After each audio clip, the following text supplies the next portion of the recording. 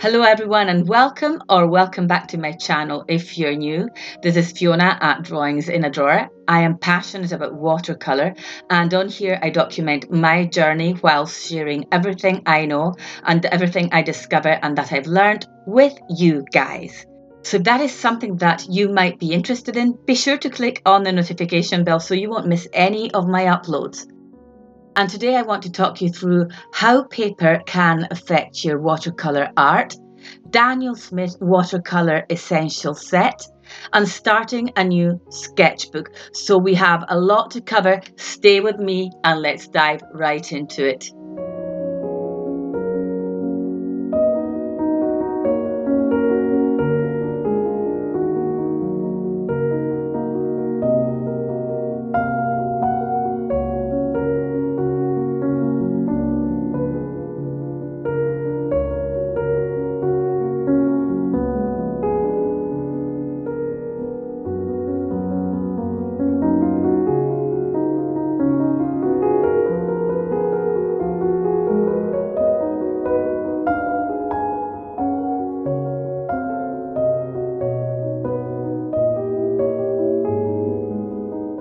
So you've had a little preview about what I'm going to be painting in this video.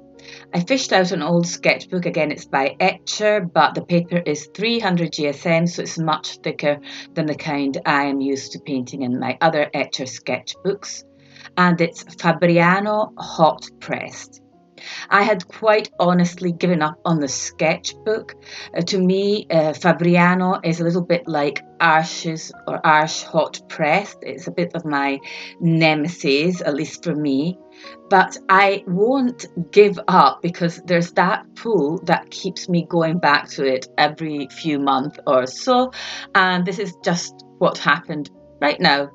So today I decided to break in the sketchbook. It has a couple of old paintings in it, and I also accidentally started at the wrong end of the book and upside down. So we're off to a great start. I simply find paper that has basically no texture and that is super smooth very different to paint on. I kind of have to have a different approach with my watercolor technique. I feel that the paint sits on the surface differently, and that means I have to manipulate it differently. I have to move it about differently. But I will talk more about this further on into the video.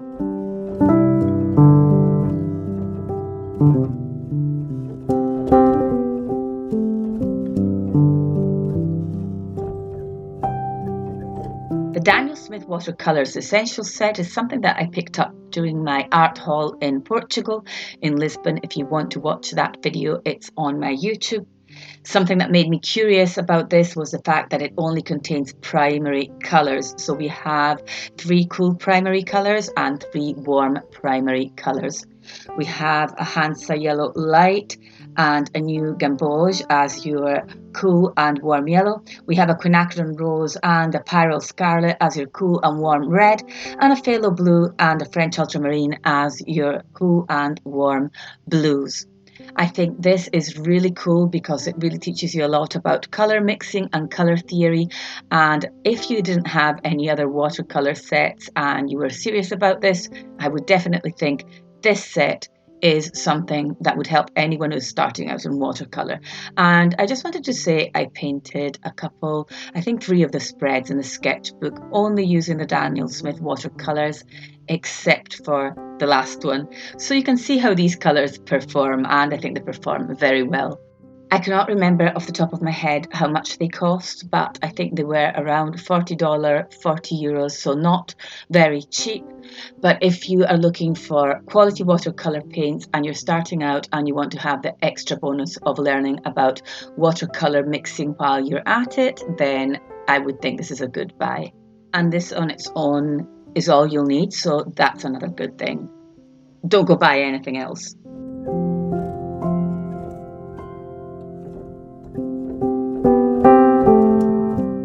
So you can see this palette turned into a hot mess pretty fast. I had quite a hard time mixing a really dark value, and then I had to mix a brown, which I ended up mixing by creating a green through mixing yellow and blue, and then adding red to that. Now, there must be faster ways or better ways to mix a brown, but that worked for me, and I had never mixed a brown up till now. But now let's talk about different kinds of paper and how they can affect your watercolour technique as well as your watercolour style. My go-to paper is Winsor & Newton hot press paper, but it does have more texture than this one. Even Bao Hong has more texture than this one. This hot press paper, together with Arche, is the smoothest that I have come across, and as beautiful as that may be, when you're drawing on it with a pencil, it gets harder when you try to paint on it. It just absorbs the paint differently, in my opinion, more evenly, and the paint seems to sit on top of the paper more than when you're using cold pressed or more textured paper. During this video, I will have completed 4 spreads, and by the end of the spread, what I thought is that I think I need to paint in less layers. Hot press, smooth watercolour paper doesn't need that many layers, and though it will take a lot of wet medium and you can use plenty of water on it because it's super thick, you don't really need to. Again, I feel the paint sits more on the surface. The white of the paper seems to be more visible. That might just be an illusion. Again, I'm sure there are experts out there who know more than I do, but this is, as always, coming from my own personal experience and what I feel. I feel that the blending is different when it comes to paper that's this smooth. In a way, I feel that blending is more similar to glazing when you're working with this kind of paper. Just a few glazes. And now for the shameful but necessary plug. This piece is also a tutorial on my Patreon. By paying just $7 a month, you can get access to this and immediate access to all past tutorials as well. Also, we have a live monthly paint along via Zoom in the Lunar Black tier. And even if you join as a free member or just subscribe to my newsletter, you will get access to all the freebies that I offer throughout the year. So keep your eyes peeled because something's coming along in September.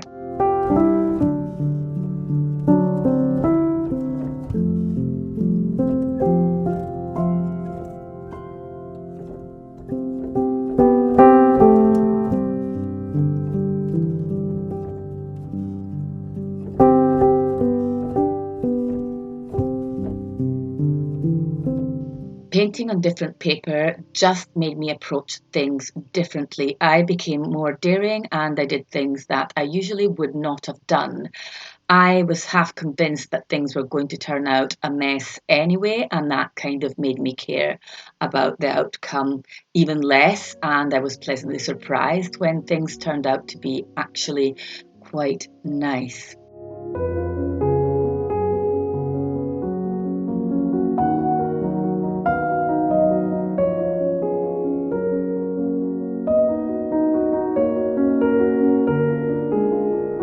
The second spread, or is it the third spread? It's the third spread, was when things started to click for me, when I started to understand that the glazing technique or less layers was definitely something that was working more for me. And also keeping things light, and by this I mean not mixing my mixtures too thick.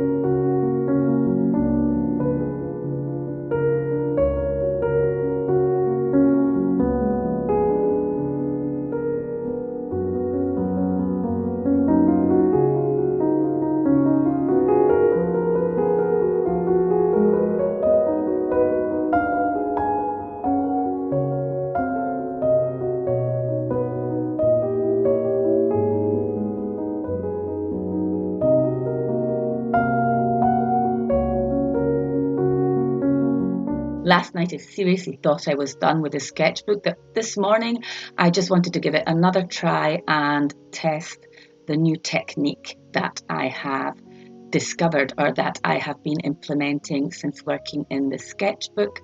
And I had a lot of fun just really getting wild and experimenting with visible brush strokes and layering, again, more in a glazing technique.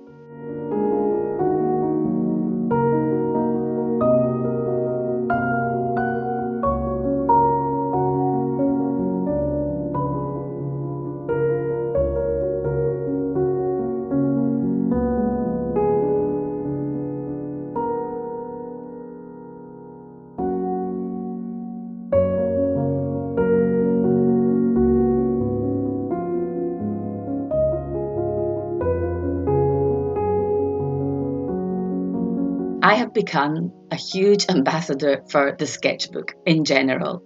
My art has just been snowballing since I started my sketchbook, and at the same time, I have heard other creators and other artists speak about the sketchbook the same way. I don't know why it took me so long to start working in sketchbooks and to start experimenting in different sketchbooks, maybe having two on the go at the same time.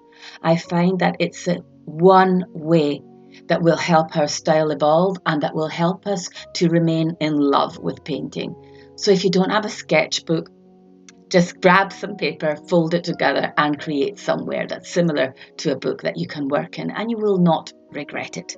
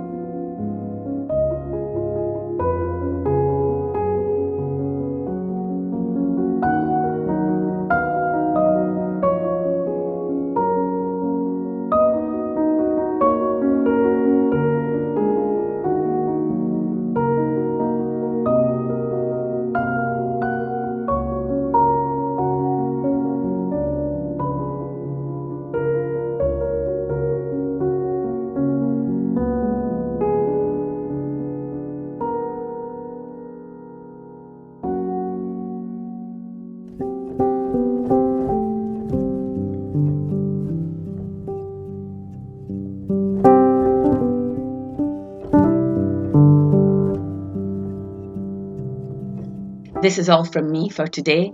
I will see you next week. Please subscribe, please like, and leave a comment. It's all very useful and helps more people see this channel. Bye for now.